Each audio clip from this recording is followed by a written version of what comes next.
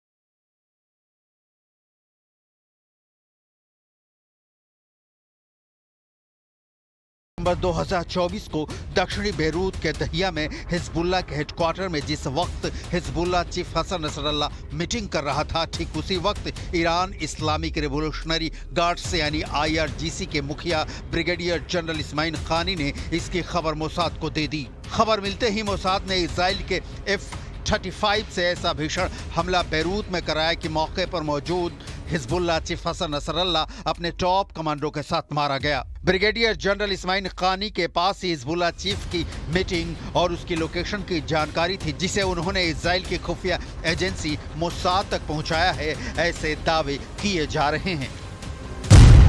Mossad का agent निकला ईरानी सेना का चीफ।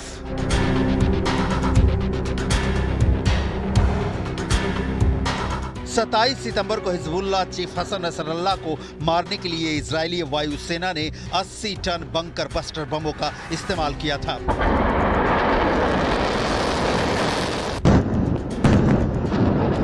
हिजबुल्लाह हेडक्वार्टर में 60 फीट नीचे मौजूद नसरल्लाह का मारा जाना लेबनान के साथ साथ ईरान तक को हैरान कर गया। दावों के मुताबिक नसरल्लाह की मौत के बाद से ही ईरान के सुप्रीम लीडर अली खामनेई ने IRGC की खुफिया यूनिट को जांच में लगा दिया था। दावा किया जा रहा है कि ईरान से मिली जानकारी के आधार पर जो दावे किए जा रहे हैं वो हैरान करने वाले हैं। आखिर ईरान की सबसे ताकतवर इस्लामिक रिवोल्यूशनरी गार्ड्स यानी IRGC का मिलिट्री चीफ मोसाद का एजेंट कैसे बन गया और इसका शक कैसे हुआ? हम आपको बता दें कि 67 साल के ब्रिगेडियर जनरल इस्माइल खानी जनरल कासिम सुलेमानी की हत्या के बाद ईरान में सबसे ताकतवर सैन्य व्यक्ति हैं। यहां तक ईरान के सुप्रीम लीडर अली खामनेई भी ब्रिगेडियर जनरल इस्माइल खानी पर आंख मूंद कर भरोसा करते हैं। तस्वीरों में साफ देखा जा सकता है कि ब्रिगेडियर जनरल इस्माइल खानी खामनेई के कितने करीबी हैं, लेकिन हिजबुल्लाह चीफ हसन नसरल्लाह की मौत के बाद पूरा खूनी खेल सामने आ गया है। मिडिल ईस्ट यानी MEE ने सूत्रों के हवाले से एक रिपोर्ट में कहा कि ईरानी रिवोल्यूशनरी गार्ड के विशिष्ट कुद्स फोर्स के चीफ इस्माइल खानी को हाउस अरेस्ट कर लिया गया है। दावा किया जा रहा है कि नसरल्लाह की पूरी जानकारी और लोकेशन इजराइल को ब्रिगेडियर जनरल इस्माइल खानी ने ही दी है। ब्रिगेडियर जनरल इस्माइल खानी को हिजबुल्लाह चीफ की मौत के बाद से पब्लिक में नहीं देखा गया। 27 सितंबर को इजराइल ने बेरूत में एक एयर स्ट्राइक में नसरल्लाह को ढेर कर दिया था। ईरान को पूरा शक है कि ब्रिगेडियर जनरल इस्माइल खानी ही वो गद्दार है जिसने न सिर्फ हिजबुल्लाह चीफ नसरल्लाह को मरवाया, ईरानी कमांडो की ओर से ही इजराइल को जानकारी देने का संदेह तब और बढ़ा जब हसन नसरल्लाह के उत्तराधिकारी हाशिम सैफुद्दीन को 4 अक्टूबर को इजराइल ने एक बंकर में मिसाइल से मार डाला। हिजबुल्लाह के 2 चीफ की मौत के बाद ब्रिगेडियर जनरल इस्माइल खानी और टीम का हाथ बताया जा रहा है। התקפות שהאיראנים תקפו אותנו לפני זמן קצר. ההתקפות האלה היו אגרסיביות, אבל ההתקפות האלה נכשלו כי הן לא היו התקפות מדויקות. חיל האוויר לא נפגע, כל המסלולים פועלים.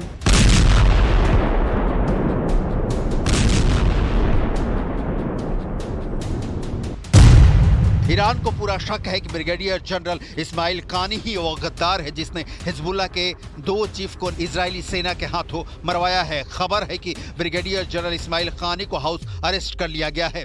IRGC की खुफिया यूनिट ब्रिगेडियर जनरल इस्माइल कानी से कड़ी पूछताछ कर रही है। 4 अक्टूबर के बाद से ही कानी को हाउस अरेस्ट किया जा चुका है। अब इसी से अंदाजा लगा सकते हैं कि ईरान के सुप्रीम लीडर अली खामनेई खुद इस मामले की जांच में जुटे हैं। वो ये पता लगाने की कोशिश में हैं कि ब्रिगेडियर जनरल इस्माइल कानी ने कब और कैसे हिजबुल्लाह के दोनों चीफ की जानकारी इजराइल की खुफिया एजेंसी मोसाद तक पहुंचाई है। ईरान को अभी यह शक है कि ब्रिगेडियर जनरल इस्माइल कानी और उनकी टीम से मिली जानकारी के आधार पर ही बेरूत में हिजबुल्लाह को 17 सितंबर से 4 अक्टूबर तक सबसे ज्यादा नुकसान हुआ है। इस दौरान नसरल्लाह मारा गया, दूसरा हिजबुल्लाह चीफ हाशिम सैफुद्दीन मारा गया, यहां तक कि हिजबुल्लाह के 90 से ज्यादा टॉप कमांडर इसी दौरान मारे गए हैं। इजराइल के मोसाद ने ईरानी जनरल को अपना एजेंट बताकर लेबनान से लेकर ईरान तक जबरदस्त हमले करके दिखा दिए हैं। तेहरान में हमास चीफ इस्माइल हानिया के मारे जाने से लेकर बैरूत में हिजबुल्लाह की भीषण तबाही ने साबित कर दिया है कि ईरान से लेकर लेबनान तक मोसाद के एजेंट भरे पड़े हैं जो इजराइल को ऐसी जानकारी दे रहे हैं जिसके दम पर इजराइल 90 दिनों में ही हमास और हिजबुल्लाह का लगभग सफाया कर चुका है।